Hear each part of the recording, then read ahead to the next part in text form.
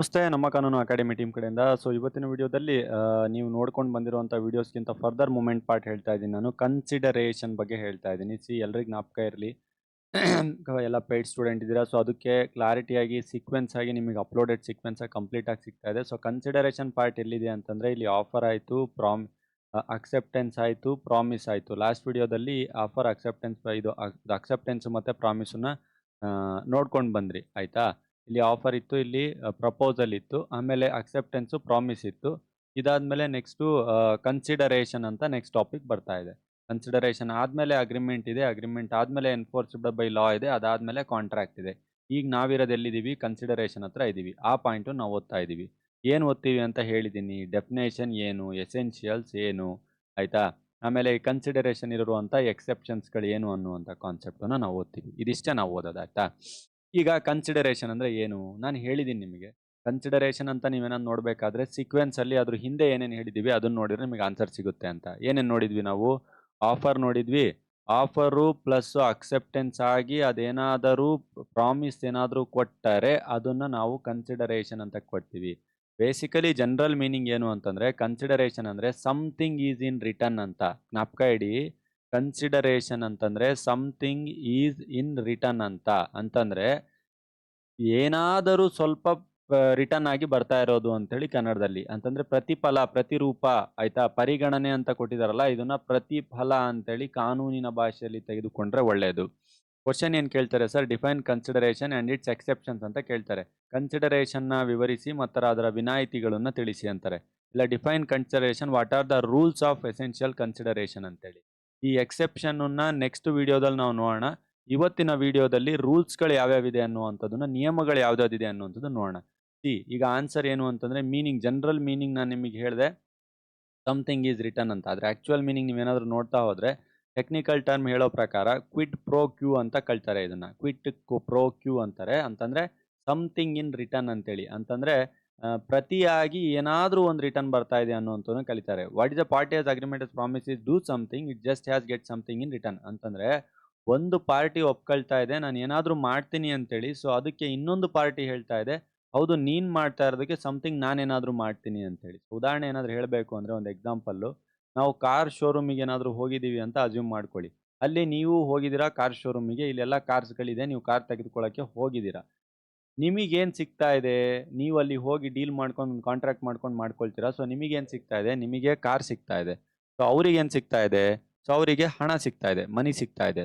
It's mean that something is return ಅಲ್ಲಿ ನಿಮಗೇನೋ something return ಬರ್ತಾ ಇದೆ ಅಂತ ಅರ್ಥ ಅಲ್ಲಿಗೆ. ಐ ಹೋಪ್ ನಿಮಗೆ ಅರ್ಥ ಆಗಿದೆ ಅಂತ ಅನ್ಕೊಳ್ತೇನೆ. ಇವರಿಗೂ ಏನಾದರೂ ಬರ್ತಾ ಇರಬೇಕು, ನಿಮಗೂ ಏನಾದರೂ ಬರ್ತಾ ಇರಬೇಕು. ಒಂದು ಪಾರ್ಟಿಂದ ಏನಾದರೂ ಬಂತು ಅಂತಂದರೆ ಅದು ಬರೋದಿಲ್ಲ. ಬಟ್ ಅದು ಎಕ್ಸೆಪ್ಷನ್ ಕೇಸ್ ಇದೆ. ನಾನು ಹೇಳ್ತೇನೆ ಅದು ಏನೇನು ಎಕ್ಸೆಪ್ಷನ್ ಕೇಸ್ ಇದೆ ಅಂತ. ಜನರಲಿ ಕನ್ಸಿಡರೇಷನ್ ಅಂತಂದರೆ ಇಬ್ಬರಿಗೂ ಸಮಥಿಂಗ್ ಏನಾದರೂ ಬರ್ತಾ ಇರಬೇಕು. It may be money or service, anything. ಅದನ್ನು ನಾವು ಕನ್ಸಿಡರೇಷನ್ ಅಂತ ಕರಿತೀವಿ. ಜನರಲ್ ಮೀನಿಂಗ್ ಕನ್ಸಿಡರೇಷನ್ ಅಂದರೆ something is get by both parties. ದುಡ್ಡಾದರೂ ಬರಲಿ, ಇವನಿಗೆ ಸರ್ವಿಸ್ ಆದರೂ ಬರಲಿ, ಏನಾದರೂ ಬರಲಿ, ಎರಡೂ ಪಾರ್ಟಿಗೆ ಏನಾದರೂ ಒಂದು ಬರ್ತಾ ಇರಬೇಕು. ಇದನ್ನು ನಾವು ಕನ್ಸಿಡರೇಷನ್ ಅಂತ ಕರಿತೀವಿ.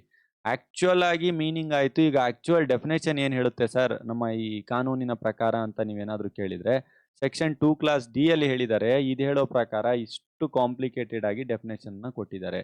ಏನಂತ ಹೇಳಿದ್ದಾರೆ ಅಂತಂದರೆ, when at the desires of the promisee any other person had done or abstain from doing or does abstain from doing promises to do or abstain from doing something such an act or abstinence is called as consideration. ನಾನು ಹೇಳ್ತೀನಿ, ಇದನ್ನು ಕ್ಲಿಯರಾಗಿ ನಾನು ಬಿಡಿಸಿ ಹೇಳ್ತೀನಿ, ಅರ್ಥ ಮಾಡ್ಕೊಳ್ಳಿ. ಅಲ್ಲಿ ಹೇಳಿರೋದೇನು ಅಂತಂದರೆ, ಏನಾದರೂ ಒಂದು ಡಿಸೈರು ಅಂತಂದರೆ, ಡಿಸೈರ್ ಮೀನ್ಸ್ ಏನಾದರೂ ಒಂದು ಅಪೇಕ್ಷೆ, ಆಸೆ. ಯಾವುದ್ರನ್ನ ಏನು ಮಾಡಲಿಕ್ಕೆ ಅಪೇಕ್ಷೆ, ಆಸೆನ ಹೇಳ್ತಾ ಇದ್ದಾರೆ?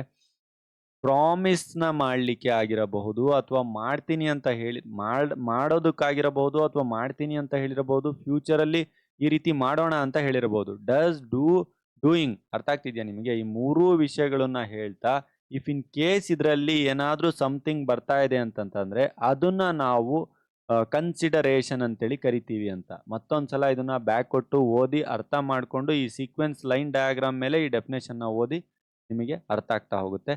ಇನ್ ಕೇಸ್ ಸಮಥಿಂಗ್ ಏನಾದರೂ ಮಿಸ್ ಆಗ್ತಾ ಇದ್ರೆ well and good, no issues. General ಮೀನಿಂಗನ್ನ ಬರೆದಿರ್ತೀರಾ. ಇದರಲ್ಲಿ ಒಂದು ಸೀಕ್ವೆನ್ಸ್ನ ಅರ್ಥ ಮಾಡ್ಕೊಳ್ಳಿ. ಒಂದು ಡಿಸೈರ್ ಇದೆ ಒಬ್ಬ ಪರ್ಸನಿಂದ ಇನ್ನೊಬ್ಬ ಪರ್ಸನಿಗೆ. ಪ್ರಾಮಿಸ್ ಮಾಡ್ತಾ ಇದ್ದಾನೆ. ಪ್ರಾಮಿಸರ್ ಜೊತೆಗೆ, ಪ್ರಾಮಿಸಿ ಜೊತೆಗೆ, ಆಫರಿ ಜೊತೆಗೆ, ಆಫರರ್ ಜೊತೆಗೆ ಇಬ್ಬರು ಕೂಡ ಬರ್ತಾರಲ್ವ ಪಾರ್ಟಿ. ಪ್ರಾಮಿಸ್ ಮಾಡ್ತಾ ಇದ್ದಾನೆ, ನಾನು ಇವಾಗಲೇ ಮಾಡ್ತೀನಿ, ಮುಂದೆ ಮಾಡ್ತೀನಿ, ಅದಕ್ಕಿಂತ ನೆಕ್ಸ್ಟ್ ಮಾಡ್ತೀನಿ ಅಂತ. ಇಬ್ರು ಕೂಡ ಸಮಥಿಂಗ್ ಗೆಟ್ ರಿಟರ್ನ್. ಇವನಿಗೂ ಏನೋ ಸಮಥಿಂಗ್ ಬರ್ತಾ ಇದೆ, ಅವನಿಗೇನೋ ಸಮಥಿಂಗ್ ಬರ್ತಾ ಇದೆ. ಇದನ್ನ ನಾವೇನಂತ ಕರಿತೀವಿ ಅಂತಂದ್ರೆ ಕನ್ಸಿಡರೇಷನ್ ಅಂತೇಳಿ ಕರಿತೀವಿ. That's the thing. Okay, so ಇದು ಡೆಫಿನೇಷನ್ ಕ್ಲಾಸ್ ಆಯ್ತು. ಈಗ ಎಸೆನ್ಷಿಯಲ್ಸ್ಗಳು ಏನೇನಿದೆ, ಏನೇನು ಅವಶ್ಯಕಾಂಶಗಳನ್ನ ಪೂರೈಸಬೇಕು ಅಥವಾ ರೂಲ್ಸ್ಗಳು ಏನಿದೆ ಅಂತ ಕೇಳ್ತಾರೆ. ಮಾನ್ಯವಾದ ಪರಿಗಣನೆಯಿಂದ ಅಗತ್ಯತೆ ಅಂಶಗಳು ಏನು, ಅವಶ್ಯಕ ಅಂಶಗಳೇನು ಅಂತ ಕೇಳ್ತಾರೆ. ಇಲ್ಲ ಅಂತಂದ್ರೆ ನಿಯಮಗಳು ಯಾವುವು ಅಂತ ಕೇಳ್ತಾರೆ. ಏನ್ ಕೇಳಿದ್ರು ಕೂಡ ನೀವು ಇದೇ ಆನ್ಸರ್ ಬರಿಬೇಕಾಗುತ್ತೆ. ಮೊದಲನೇದು it may B past are present R future. ಏನು ಹೇಳ್ತಾ ಇದೆ ಅಂತಂದ್ರೆ ಕನ್ಸಿಡರೇಷನ್ ಅನ್ನುವಂಥದ್ದು ಪಾಸ್ಟ್ ಅಲ್ಲಿ ಇರ್ಬೋದು, ಪ್ರೆಸೆಂಟ್ ಅಲ್ಲಿ ಇರ್ಬೋದು, ಫ್ಯೂಚರ್ ಅಲ್ಲಿ ಇರ್ಬೋದು. ಅಂತಂದ್ರೆ ಕನ್ಸಿಡರೇಷನ್ ಅನ್ನುವಂಥ ಪದ ಏನಿದೆಯಲ್ವಾ, ಈಗಿಂದ ಈಗ್ಲೇ ಆಗ್ಬೇಕು ಅನ್ನುವಂಥ ಏನು ಅವಶ್ಯಕತೆ ಇಲ್ಲ. ಇವಾಗಿಂದ ಇವಾಗ್ಲೇ ಆಗ್ಬೇಕು, ಈಗ ಹೇಳ್ತಾ ಇರೋದೇ ಆಗ್ಬೇಕು ಅನ್ನುವಂಥ ಏನು ಅವಶ್ಯಕತೆ ಇಲ್ಲ. It may B past old consideration ಆಗಿರ್ಬೋದು. ಅಂತಂದ್ರೆ ಇವಾಗ ಒಂದು ಅಗ್ರಿಮೆಂಟ್ ಮಾಡ್ಕೊಳ್ತಿದ್ರ ಅಂತಂದ್ರೆ, ನಾನು ನಿನಗೆ ಲಾಸ್ಟ್ ಟೈಮ್ ಕೊಟ್ಟಿದ್ದು ಸಾಲದ ಬದಲಾಗಿ ನನಗೆ ನೀನು ಕಾರ್ ಕೊಡು ಅಂತಂದ್ರೆ ಇದು ಪಾಸ್ಟ್ ಆಯ್ತು. ಈಗ ನಾನು ಪ್ರೆಸೆಂಟ್ ಅಲ್ಲೇ ದುಡ್ಡು ನಿನಗೆ ಪೇ ಮಾಡ್ತೀನಿ ಕಾರ್ ತಗೊಳಕ್ಕೆ ಅಂದ್ರೆ ಪ್ರೆಸೆಂಟ್ ಆಯ್ತು. ನಾನು ನಿನಗೆ ಫ್ಯೂಚರ್ ಅಲ್ಲಿ ಪೇ ಮಾಡ್ತೀನಿ ದುಡ್ಡು ಅಂತ ತಗೊಂಡ್ರು ಫ್ಯೂಚರ್ ಅಲ್ಲಿ ಆಯ್ತು. ಆದ್ರೆ ಕನ್ಸಿಡರೇಷನ್ ಅಂತ ಇದ್ದೇ ಇದೆ. ಇಬ್ರು ಪಾರ್ಟಿಗೆ ದುಡ್ಡು ಬರ್ತಾ ಇದೆ, ಇಲ್ಲ ಕಾರ್ ಎಕ್ಸ್ಚೇಂಜ್ ಆಗ್ತಾ ಇದೆ, ಸಮಥಿಂಗ್ ಏನೋ ಒಂದು ಆಗ್ತಾನೆ ಇದೆ. ಸೊ ಅದ್ರ ಪ್ರಕಾರ ಫೈನಲ್ ಆಗಿ ಇಲ್ಲಿ ಕನ್ಸಿಡರೇಷನ್ ಎಕ್ಸಿಕ್ಯೂಟ್ ಆಗ್ತಾ ಇದೆ ಅಂತ ಅರ್ಥ. ಸೊ ಒನ್ಸ್ ಕನ್ಸಿಡರೇಷನ್ ಎಕ್ಸಿಕ್ಯೂಟ್ ಆಗ್ತಾ ಇದೆ ಅಂತಂದ್ರೆ ಕಾಂಟ್ರಾಕ್ಟ್ ಮೂವಿಂಗ್ ಅಲ್ಲಿ ಇದೆ ಅಂತ ಅರ್ಥ. ಸೊ ಈ ರೀತಿ ಮೂರು ಕಂಡೀಷನ್ಸ್ಗಳಾದ್ರೂ ಕೂಡ ನಾವು ಒಪ್ಕೊಳ್ಬಹುದು. ಇಲ್ಲಿ the words has done definition ಕ್ಲಾಸಲ್ಲಿ ನೀವೇನಾದ್ರೂ ನೋಡಿದ್ರೆ ಹ್ಯಾಸ್ ಡನ್ ಆರ್ ಅಬ್ಸ್ಟೈನ್ಡ್ ಅಂತ ಏನು ಕೊಟ್ಟಿದ್ದಾರೆ, ಸೊ ಅದ್ರ ಪ್ರಕಾರ ಪಾಸ್ಟ್ ಕನ್ಸಿಡರೇಷನ್ ಹೇಳ್ತಾ ಇದೆ. ನಾನು ಹೇಳಿದ್ನಲ್ವಾ ನಿಮಗೆ, ಮೂರನ್ನ ಎಕ್ಸ್ಪ್ಲೇನ್ ಮಾಡಿ ಹೇಳಿದೆ. ಒಂದು ಪಾರ್ಟಿನ ಇನ್ನೊಂದು ಪಾರ್ಟಿಗೆ ಮಾಡಬಹುದು, ಮಾಡ್ತಾ ಇರಬಹುದು, ಮಾಡ್ತೀನಿ ಅಂತ ಹೇಳ್ಬೋದು. ಇಲ್ಲಿ ಮಾಡಬಹುದು ಅನ್ನುವಂಥ ಕಾನ್ಸೆಪ್ಟ್, ಮಾಡಿದೀನಿ ಅಂತ ಹೇಳುವಂಥ ಕಾನ್ಸೆಪ್ಟ್ ಇದು ಪಾಸ್ಟ್ ಅಲ್ಲಿ ಹೇಳ್ತಾ ಇದೆ. ಡಸ್ ಅಂತ ಏನ್ ಹೇಳ್ತಾ ಇದೆ, ಡೂಯಿಂಗ್ ಅಂತ ಏನ್ ಹೇಳ್ತಾ ಇದೆ, ಪ್ರೆಸೆಂಟ್ ಕನ್ಸಿಡರೇಷನ್ ಹೇಳ್ತಾ ಇದೆ. ಈಗ ಪ್ರೆಸೆಂಟ್ಲಿ ನಡೀತಾ ಇರೋದ್ರ ಬಗ್ಗೆ ಹೇಳ್ತಾ ಇದೆ, ಪ್ರಸ್ತುತದ ಬಗ್ಗೆ ಹೇಳ್ತಾ ಇದೆ. ಪ್ರಾಮಿಸ್ ಟು ಡೂ ಅನ್ನುವಂಥದ್ದು ಡೆಫಿನೇಷನ್ ಏನ್ ಹೇಳ್ತಾ ಇದೆ ಅಂತಂದ್ರೆ ಫ್ಯೂಚರ್ ಅಲ್ಲಿ ನಿಮ್ಮ ಫ್ಯೂಚರ್ ಅಲ್ಲಿ ನಾನು ಮಾಡ್ಕೊಡ್ತೀನಿ ಅಂತ ಹೇಳ್ತಾ ಇದೆ. ಒನ್ಸ್ ಅಗೇನ್ ನಾನು ಮತ್ತೊಂದ್ಸಲ ನಿಮಗೆ ಬ್ಯಾಕ್ ಬಂದೆ ಅಂತಂತಂದ್ರೆ ನಿಮ್ಮ ಡೆಫಿನೇಷನ್ ಕ್ಲಾಸಿಗೆ, ಇಲ್ಲಿ ನಾನು ಅದನ್ನೇ ನಿಮಗೆ ಎಕ್ಸ್ಪ್ಲೇನ್ ಮಾಡಿದ್ದು. ಒಬ್ಬ ಪರ್ಸನ್ ಇನ್ನೊಬ್ಬ ಪರ್ಸನ್ ಅಥವಾ ಒಬ್ಬ ಪರ್ಸನ್ ಇನ್ನೊಬ್ಬ ಪರ್ಸನ್ಗೆ ಪ್ರಾಮಿಸರಿ ಆಗಿರಬಹುದು, ಆಫರಿ ಆಗಿರಬಹುದು, ಆಫರರ್ ಆಗಿರಬಹುದು, ಇವರಿಗೆಲ್ಲ ಡೀಲ್ ಮಾಡ್ಕೊಳ್ತಾ ಇದ್ದಾರೆ. ಪಾಸ್ಟ್ ಅಲ್ಲಿ ಆಗಿರಬಹುದು, ಪ್ರೆಸೆಂಟ್ ಅಲ್ಲಿ ಆಗಿರಬಹುದು, ಫ್ಯೂಚರ್ ಅಲ್ಲಿ ಆಗಿರಬಹುದು, ಸಮಥಿಂಗ್ ಗೆಟ್ ರಿಟರ್ನ್ ಅಂತೇಳಿ ಹೇಳ್ತಾ ಇದ್ದಾರೆ. ಆಗ್ತಿದ್ಯಾ ನಿಮಗೆ? ಸೊ ಇದನ್ನೇ ಫಸ್ಟ್ ಪಾಯಿಂಟ್ ಅಲ್ಲಿ ಎಸೆನ್ಷಿಯಲ್ಸ್ ಅಂತ ಹೇಳ್ತಾ ಇದೀವಿ. ಸೊ ಸೆಕೆಂಡ್ ಪಾಯಿಂಟ್ ಅಲ್ಲಿ ಎಸೆನ್ಷಿಯಲ್ಸ್ ಅಂತ ನೀವೇನಾದ್ರೂ ಎಂಟ್ರಿ ಕೊಟ್ರೆ, ನೀವು second point it must move at the desire of the promisor ಅಂತ ಹೇಳ್ತಾ ಇದೆ. ಸೊ ಯಾರು ಪ್ರಾಮಿಸರ್ ಅಂತ ಇರ್ತಾನೆ ಅಂದ್ರೆ ಯಾರು ಡೀಲ್ ನ ಕೊಡ್ತಾ ಇದ್ದಾನೆ, ಅವನ ಡಿಸೈರ್ನ ಪ್ರಕಾರ ಮೂವ್ ಮಾಡಬೇಕು. ಅವನ ಆಸೆ, ಅವನ ಅಪೇಕ್ಷೆ, ಅವನ ಆಸೆಯಂತೆ ಮೂವ್ ಮಾಡಬೇಕು. ಇಲ್ಲಿ ಪ್ರಾಮಿಸಿ ಡಿಸೈರ್ ಬರಲ್ಲ. ಪ್ರಾಮಿಸಿ ಅಂದ್ರೆ ಯಾರು ರಿಸೀವ್ ಮಾಡ್ತಾ ಇದ್ದಾನೆ. ಪ್ರಾಮಿಸರ್ ಅಂದ್ರೆ ಯಾರು ಕೊಡ್ತಾ ಇದ್ದಾನೆ. ಯಾರು ಡೀಲ್ನ ಕೊಡಕ್ ಬರ್ತಾ ಇದ್ದಾನೆ, ಯಾರು ಆಫರ್ನ ಕೊಡಕ್ ಬರ್ತಾ ಇದ್ದಾನೆ, ಅವನ ಪ್ರಕಾರ ನಾವು ಡೀಲ್ ಮಾಡ್ಕೊಳ್ಬೇಕಾಗುತ್ತೆ. ಇದು ಆಕ್ಚುಯಲ್ ಡೀಲ್ ಆಗಿರುತ್ತೆ. ಇಲ್ಲೇನ್ ಹೇಳ್ತಾ ಇದ್ದಾರೆ, in order to constitute legal consideration the act or options of framing the consideration of the promise must move at the desire ಅಂತ ಹೇಳ್ತಾರೆ. ರಿಕ್ವೆಸ್ಟ್ ಆಫ್ ದ ಪ್ರಾಮಿಸರ್ ಅಂತ ಹೇಳ್ತಾರೆ. Without desire of the promisor it will not be a valid contract ಅಂತ ಹೇಳ್ತಾ ಇದ್ದಾರೆ. So it mean that ಅಲ್ಲಿ ಒಬ್ಬ desire ಅನ್ನುವಂಥದ್ದು ಯಾರ್ದು ಪ್ರೂವೇಬಲ್ ಇರುತ್ತೆ ಅಂತಂತಂದ್ರೆ ಯಾರು ಆಫರ್ ಮಾಡಕ್ ಹೋಗ್ತಾ ಇದ್ದಾನೆ ಅವಂದು. ಈಗ ನಾನು ಒಂದು ಕಾರ್ ತಗೊಳಕ್ ಹೋಗ್ತಾ ಇದೀನಿ ಅಂತಂದ್ರೆ ನಾನು ಕಾರ್ನ ಸೇಲ್ ಮಾಡ್ತಾ ಇದೀನಿ ಅನ್ನೋ ಡಿಸೈರ್ ಫಸ್ಟ್ ನಂದಿರ್ಬೇಕು. ಇವನೇ ಪ್ರಾಮಿಸರು. ಪ್ರಾಮಿಸಿ ಯಾರು, ಇದನ್ನ ತೆಗೆದುಕೊಳ್ತೀನಿ ನಾನು ಅಂತ ಪ್ರಾಮಿಸ್ ಮಾಡ್ತಾ ಇಲ್ಲ, ಇವನ್ ಪ್ರಾಮಿಸರು. ಇವನ ಡಿಸೈರ್ ಮುಖ್ಯನೇ ಹೊರತು ಇವನ್ ಡಿಸೈರ್ ಮುಖ್ಯ ಅಲ್ಲ ಕನ್ಸಿಡರೇಷನ್ ಅಲ್ಲಿ. ಒನ್ಸ್ ಇವನ್ ಡಿಸೈರ್ ಶೋ ಮಾಡಿದ್ಮೇಲೆ ಇವನು ಒಪ್ಕೊಂಡ್ಮೇಲೆ ಅಲ್ಲಿ ಇಬ್ರು ಡಿಸೈರ್ ಕೂಡ ಕ್ರಿಯೇಟ್ ಆಗ್ತಾ ಹೋಗುತ್ತೆ. ನಿಮಗೆ up to end of the unit ತನಕ ಇದ್ರದ್ದು ಕಂಪ್ಲೀಟ್ ಐಡಿಯಾ ಸಿಗುತ್ತೆ. There is no issue.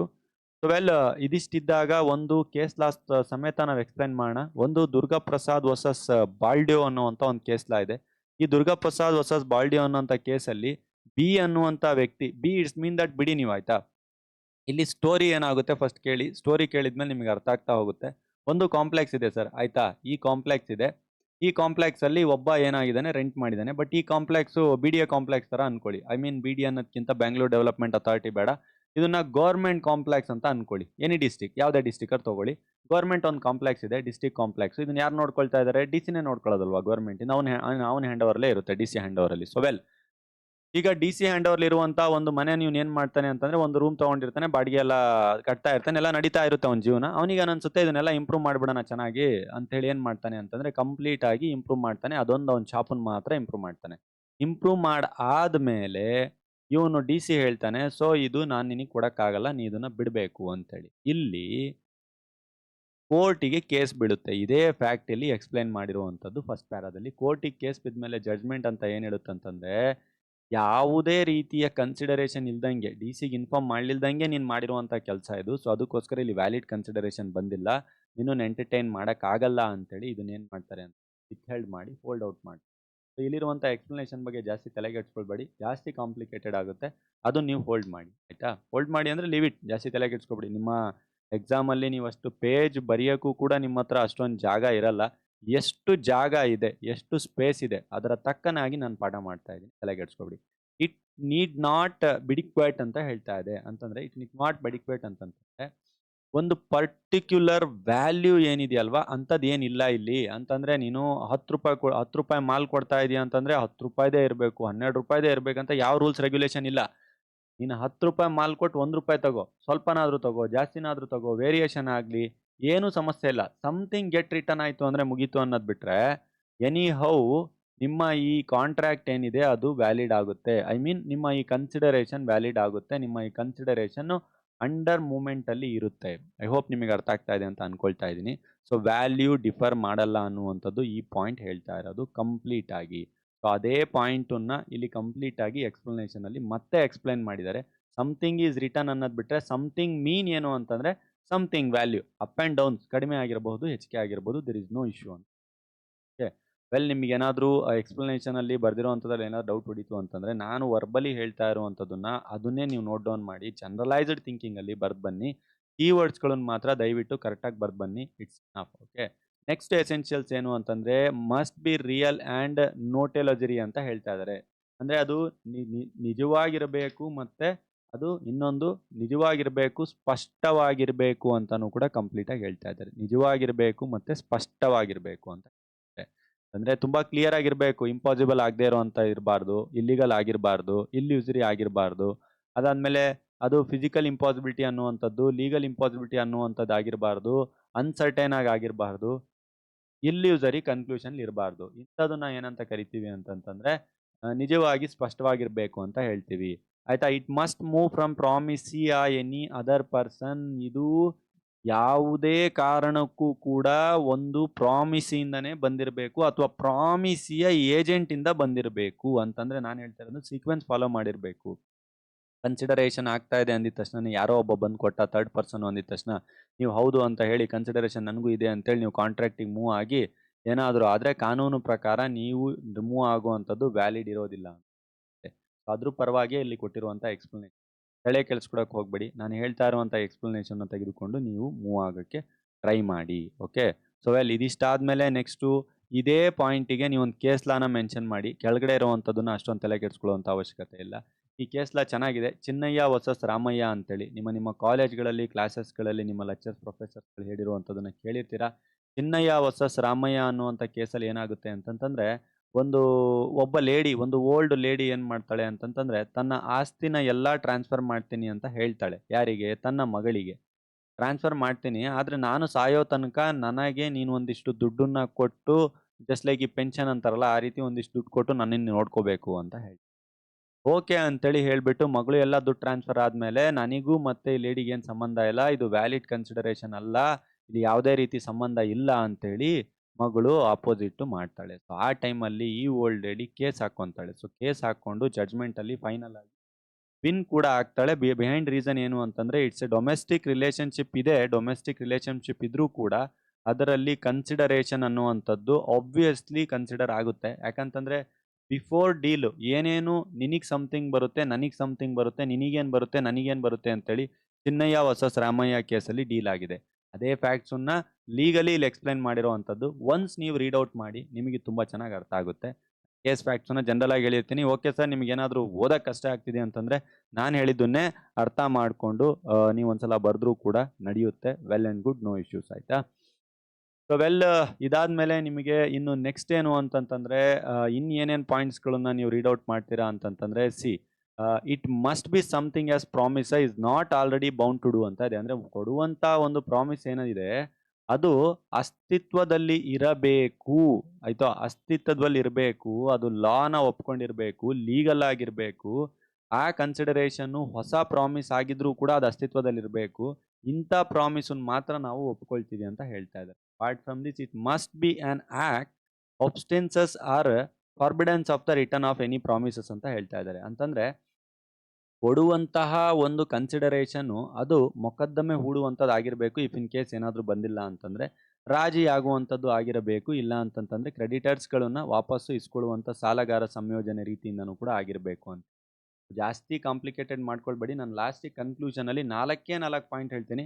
ಸುಮಾರು ಪಾಯಿಂಟು ಎಕ್ಸ್ಪ್ಲನೇಷನಿಗೆ ಇರಲಿ ಅಂತ ನಾನು ಕಂಪ್ಲೀಟಾಗಿ ಎಲ್ಲ ಪಾಯಿಂಟ್ ಹೇಳಿದ್ದೀನಿ.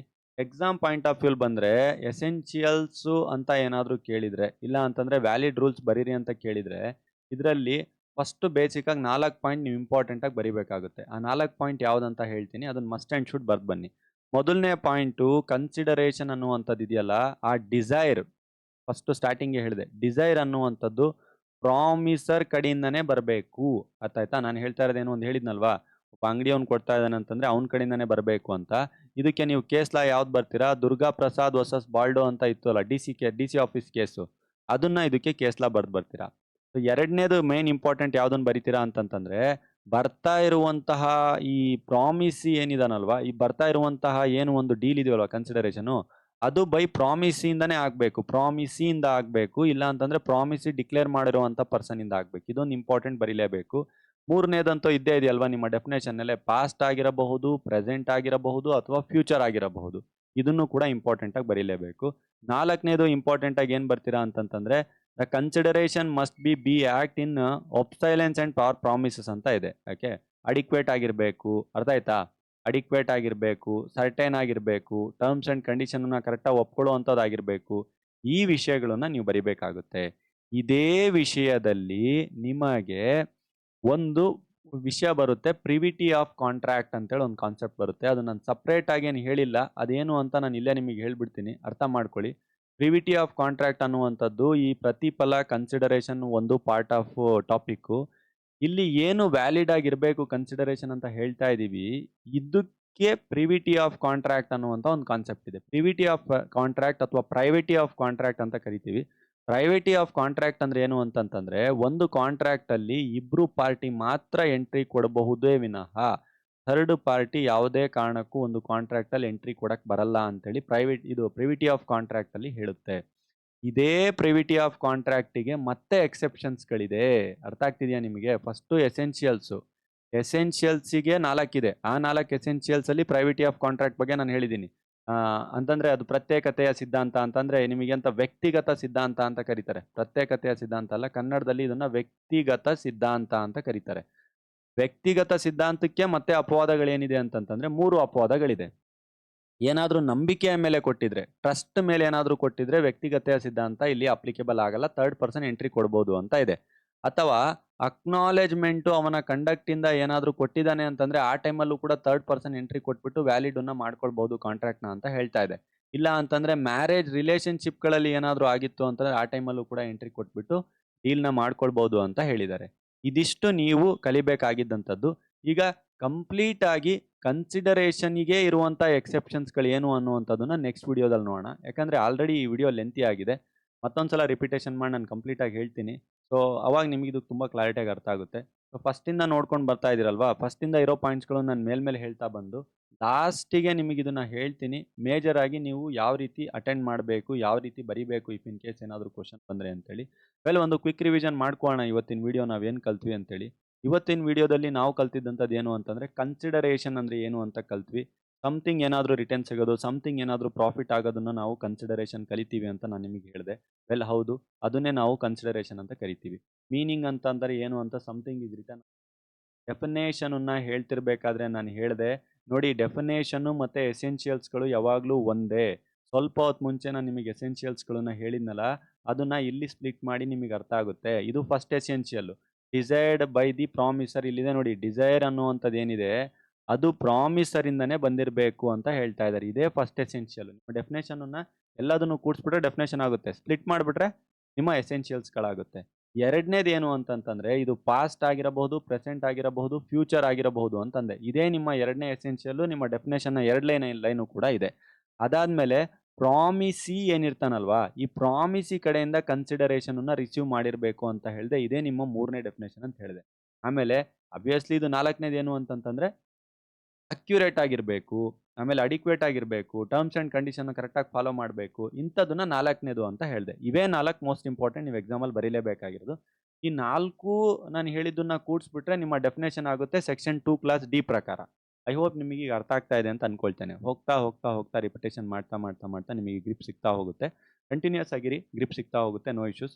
ಎಸೆನ್ಷಿಯಲ್ಸ್‌ಗಳಂತ ಬಂತು ಅಂತಂದ್ರೆ ಅದ್ರ ಮೊದಲನೇ ಎಸೆನ್ಷಿಯಲ್ಸ್ ನಾನು ಹೇಳಿದೆ ಪಾಸ್ಟೋ, ಪ್ರೆಸೆಂಟೋ, ಫ್ಯೂಚರೋ ಎಲ್ಲದೂ ಕೂಡ ನಡೆಯುತ್ತೆ ಅಂತ. 2ನೇ ಎಸೆನ್ಷಿಯಲ್ ಹೇಳಿದೆ ಡಿಸೈರ್ ಬೈ ಪ್ರಾಮಿಸರ್ ಅಂತೇಳಿ. ಅಂತಂದ್ರೆ ಪ್ರಾಮಿಸರ್‌ನ ಆಸೆಯ ಅಪೇಕ್ಷೆಯ ಮೇರೆಗೆ ಬಂದಿರಬೇಕು ಅಂತ. ಅದಕ್ಕೆ ದುರ್ಗಾ ಪ್ರಸಾದ್ ಬಾಲ್ಡೋ ಕೇಸನ್ನ ಡಿಸಿ ಆಫೀಸು ಆಲ್ಟ್ರೇಷನ್ ಕೇಸನ್ನ ನಾನು ಡಿಸ್ಕಸ್ ಮಾಡಿದ್ವಿ. ಸೊ ಇದನ್ನ ನೀವು ಬಿಡಿಕ್ವಿಟ್ ಅನ್ನುವಂಥದ್ದನ್ನ ಬರೆಯೋದ್ಕಿಂತ ರಿಯಲ್ ಆ್ಯಂಡ್ ನುಲಿಟಿ ಅನ್ನೋದು ಬರೆಯೋದ್ಕಿಂತ ನೆಕ್ಸ್ಟ್ ಇನ್ನೊಂದು it must be move from the promisee ಅಂತ ತಗೊಳ್ಳಿ. 3ನೇ ಪಾಯಿಂಟ್ ಇದು ತಗೊಳ್ಳಿ. ಓಕೆ, ಅಲ್ಲೇ ಅವೆರಡು ಪಾಯಿಂಟ್ ಮೇಲ್ಗಡೆ ಕೊಡ್ತೀರಾ ಸರ್ ಅವೇನು ಮಾಡಬೇಕು ಅಂತಂದ್ರೆ 2ನೇ ಪಾಯಿಂಟಿಗೆ ಅವನ ಎಕ್ಸ್ಪ್ಲನೇಷನ್ ವೈಸ್ ಬರೀರಿ. 3ನೇ ಪಾಯಿಂಟನ್ನ ಇದನ್ನು ತಗೊಳ್ಳಿ. ಪ್ರಾಮಿಸಿ ಕಡೆಯಿಂದನೇ ಅಥವಾ ಅವನ ಬೇರೆ ಪರ್ಸನ್ ಕಡೆಯಿಂದ ಮೂವ್ ಆಗಬೇಕು ಅನ್ನುವಂಥದ್ದು. ಇದಕ್ಕೆ ಕೇಸ್ ಲಾನ ಬರೀರಿ. ಚಿನ್ನಯ್ಯ ವರ್ಸಸ್ ರಾಮಯ್ಯ ಕೇಸ್ ಲಾನ ಇದಕ್ಕೆ ಮೆನ್ಷನ್ ಮಾಡಿ. ಸೊ ಆಫ್ಟರ್ ದಟ್ ನೀವು ಇನ್ನೊಂದು ಪಾಯಿಂಟನ್ನು ನೀವು ಎಕ್ಸ್ಪ್ಲೇನ್ ಮಾಡ್ತಿರ್ಬೇಕಾದ್ರೆ 4ನೇ ಪಾಯಿಂಟ್ ಅಂತ ಇದನ್ನು ಕನ್ಸಿಡರ್ ಮಾಡಿಕೊಂಡು ಇದರಲ್ಲಿರುವಂಥ ಎಲ್ಲ ಪಾಯಿಂಟ್ಸ್ಗಳನ್ನು ಕೂಡ ನೀವು 4ನೇ ಪಾಯಿಂಟಲ್ಲಿ ಕನ್ಸಿಡರ್ ಮಾಡಿ ಮೂವ್ ಮಾಡ್ಬೋದು. ನಾ ಹೇಳಿದಂಥ 4ನೇ ಪಾಯಿಂಟನ್ನೇ ಸ್ಪ್ಲಿಟ್ ಮಾಡಿ 2 ಥರ ಬರೆದಿದ್ದಾರೆ. ಪರ್ಟಿಕ್ಯುಲರ್ ಆಗಿರಬೇಕು, ಎಷ್ಟು ಕ್ಲಿಯರ್ ಆಗಿರಬೇಕು, ಕ್ಲಿಯರ್ ಕಟ್ ಆಗಿರಬೇಕು ಅಂತೇಳಿ. ಲಾಸ್ಟ್ನೇ ಪೇಜಲ್ಲಿ ನಾನು ಎಸೆನ್ಷಿಯಲ್ಸ್ ಆಫ್ ವ್ಯಾಲಿಡ್ ಅಂತೇಳಿ. ಸೊ ಇದನ್ನ ಫೈನಲ್ ಆಗಿ ಕನ್ಕ್ಲೂಷನಲ್ಲಿ ನಿಮಗೆ 4 ಪಾಯಿಂಟ್ ಔಟ್ಪುಟ್ ತಂದುಕೊಟ್ಟೆ ನಾನು. ಒಂದು ಡಿಸೈರು ಪ್ರಾಮಿಸರಿಂದ ಬಂದಿರಬೇಕು, ಅದು ಬೈ ಪ್ರಾಮಿಸಿಂದನೇ ಅಕ್ಸೆಪ್ಟ್ ಆಗಿರಬೇಕು. ಪಾಸ್ಟ್ ಆಗಿರ್ಬೋದು, ಫ್ಯೂಚರ್ ಆಗಿರ್ಬೋದು, ಪ್ರೆಸೆಂಟ್ ಆಗಿರ್ಬೋದು, ಅಡಿಕ್ವೇಟ್ ಆಗಿರಬೇಕು, ಕರೆಕ್ಟ್ ಆಗಿರಬೇಕು ಅಂತ. 2ನೇ ಪಾಯಿಂಟ್ ಏನಿದೆ, ಈ 2ನೇ ಪಾಯಿಂಟ್ನಲ್ಲಿ ಬರುವಂಥ ಒಂದು ಸಬ್ ಪಾಯಿಂಟು ಪ್ರೈವೇಟಿ ಆಫ್ ದ ಕಾಂಟ್ರಾಕ್ಟ್ ಅಂತ. ಅದು ಹೇಳುತ್ತೆ 2 ಪಾರ್ಟಿ ಮಾತ್ರ ಎಂಟ್ರಿ ಕೊಡ್ಬೋದು, 3ನೇ ಪಾರ್ಟಿ ಎಂಟ್ರಿ ಕೊಡಂಗಿಲ್ಲ ಅಂತ. ಇದನ್ನ ಡಾಕ್ಟ್ರೈನ್ ಆಫ್ ಪ್ರೈವೇಟಿ ಆಫ್ ಕಾಂಟ್ರಾಕ್ಟ್ ಅಂತಾನೂ ಕರೀತಾರೆ. ಇಫ್ ಇನ್ ಕೇಸ್ 3ನೇ ಪಾರ್ಟಿ ಕೂಡ ಎಂಟ್ರಿ ಕೊಡುವಂಥ ಎಕ್ಸೆಪ್ಷನ್ಸ್ಗಳ ಅಪವಾದಗಳು ಏನಾದರೂ ಇದೆ ಅಂತಂದರೆ ಅದರಲ್ಲಿ 3 ಬರುತ್ತೆ. ಒಂದು ನಂಬಿಕೆ ಆಧಾರದ ಮೇಲೆ, ಇನ್ನೊಂದು ಬಿಹೇವಿಯರ್ನ ಕಂಡಕ್ಟ್ನ ಅಕ್ನಾಲೆಜ್ಮೆಂಟ್ನ ಆಧಾರದ ಮೇಲೆ, 3ನೇದು ಮ್ಯಾರೇಜ್ನ ಆಧಾರದ ಮೇಲೆ ಅಂತ. ಇದಿಷ್ಟು ನಿಮ್ಮ ಈ ಕನ್ಸಿಡರೇಷನ್ನು ಎಸೆನ್ಷಿಯಲ್ ವ್ಯಾಲಿಡ್ನ ಬಗ್ಗೆ, ಪ್ರೈವೇಟಿ ಆಫ್ ಕಾಂಟ್ರಾಕ್ಟ್ನ ಬಗ್ಗೆ, ಎಕ್ಸೆಪ್ಷನ್ಸ್ನ ಬಗ್ಗೆ, ಡೆಫಿನೇಷನ್ಸ್ನ ಬಗ್ಗೆ. ವೆಲ್, ನೆಕ್ಸ್ಟ್ ವಿಡಿಯೋದಲ್ಲಿ ಕನ್ಸಿಡರೇಷನ್ನ ಎಕ್ಸೆಪ್ಷನ್ ಜೊತೆ ಸಿಗೋಣ. Thank you very much from ನಮ್ಮ ಕಾನೂನು ಅಕಾಡೆಮಿ ಟೀಮ್.